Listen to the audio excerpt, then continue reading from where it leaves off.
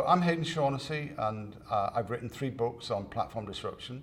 Most of my work is around how the economy changes, and it's kind of interesting to me to hear how risk managers see that. I noticed yesterday there was a geopolitical risk session. I think there's a geoeconomic risk problem, and that's the area that I tend to address. I analyze and I study structural risk problems, so structural economic change. And one great example of that right now is the platform business. It seems as though that might be quite trivial, but actually there is a substantial change to the way that enterprises are organized and how they address the market. And I think that's impacting the rest of the economy. I think it's going to have a huge impact on the financial sector as well. And that's something I kind of live and breathe. We're in an age where platforms are driving business to continuous delivery. So actually what you need is a way to do continuous risk assessment. And that's where something like AI comes in. AI is a great enabler of an environment where you can do things on a continuous basis. So I think it'll change the way risk managers function. It's just risk managers have to catch up with it. Remember, a lot of what we're talking about right now is based on the GARP AI readiness survey that we did. We had 220 respondents to the survey. And if you look into the detail, one of the issues is that risk managers do not perceive a center for AI readiness in the organization. They see the kind of skill set that goes with that potentially being in 5 or 6 different areas of the business. What that really means is that nobody's taking responsibility. So I think it's the risk manager's responsibility. The risk manager should pull AI into some kind of central point where the company can actually start developing a strategy for it, on the grounds that perhaps actually the biggest risk you can run right now is non-adoption. When you ask risk managers, are they planning to implement AI in the risk management function, the majority have no such plan. The majority might say, okay, look, it's 1 to 3 years out, or it's 3 to 5 years out. There you're talking about something in the region of 85% of risk managers who don't think they have to worry about this over the next 12 months. And 45% who don't believe they have to worry about it in the next 3 years. So the first issue is non-adoption is leaving you exposed to any advantage that other companies might acquire from it. So the first thing you need to do is find out, well, what is the actual business case for AI? There's a complexity in that, because with AI, with all the people that I've spoken to, and in addition to the GARP study, we did an in-depth study of 30 executives who are involved in AI. Nobody so far has told us that they've made extra revenue from using AI. So here's something which is potentially going to be a foundational change in the way that businesses operate. It's going to facilitate real-time decision making, but the problem with it is it can't be established in normal business ROI terms. You need a unique business case for for AI. And I think that's, while that doesn't answer the question of what are you going to miss out on, it certainly says that you need to start doing the research on what your competitors might be doing or what the potential use cases might be for it, because you're not going to find it easy to build the business case. What we see out there are 3 different groups of companies. So we have an incrementalist group who, that might sound like a pejorative term, they're just doing incremental change. But they've been doing incremental change around data for 30 years now, and they're absolutely ready to do AI.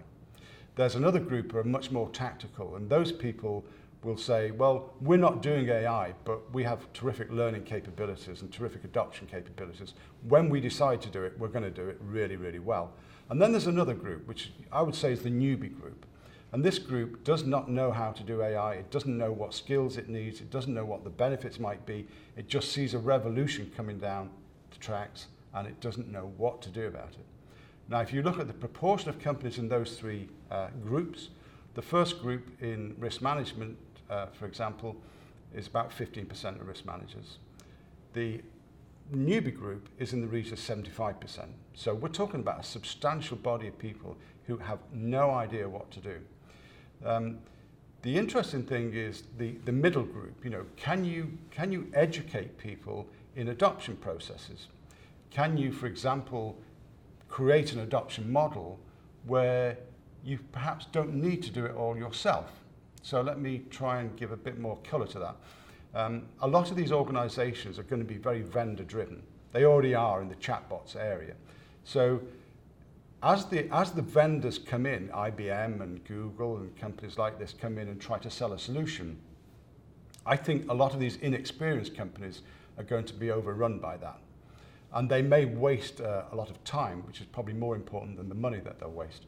But if you can draw out that adoption process, you might be able to say, well, actually, in very important areas like data normalization, I don't need to do that because there are companies out there who are specialists at data normalization.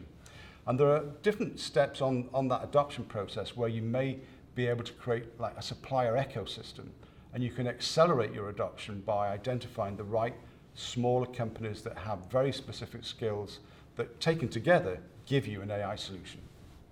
So we had 220 risk managers in the survey, and they've told us pretty much that actively using AI in risk management is only about 5%. In the in-depth survey that I did, about 15% of companies are actively using AI, but in risk management, it's only 5%. I think that says it's an urgent problem. And like all urgent problems, you need to take a step. You know, we cannot outline that solution right now. I think that it's things like, let's try and define the adoption model. From there, let's try and define the ecosystem out there that provides solutions. One could do it through GARP, for example, identify and somehow validate companies that do good elements of the overall AI solution.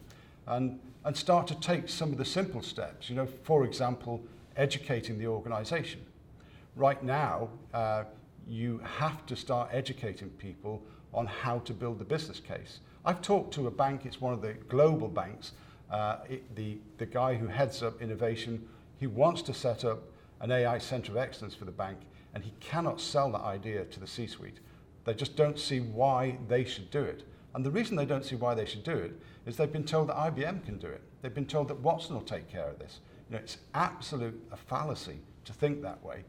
But that's what I mean by it's a very difficult business case, or can be a very difficult business case, even for highly competent people to make further up the chain. I think one of the really interesting things that came out of the survey was that while you have a lot of risk managers with no risk mitigation plan in place for AI, something like 75% of those managers already perceive risk around AI. For example, 75% perceive a risk of a talent shortage. So as an industry, I think we're already saying it. You know, they've said it through the GARP survey. Look, the majority of us have no risk mitigation plan in for non-adoption or adoption, and 75% of those of us who have no plan in place already perceive risk, and that risk is talent shortage. So it seems to me it's absolutely fundamental to the industry that we start to educate more.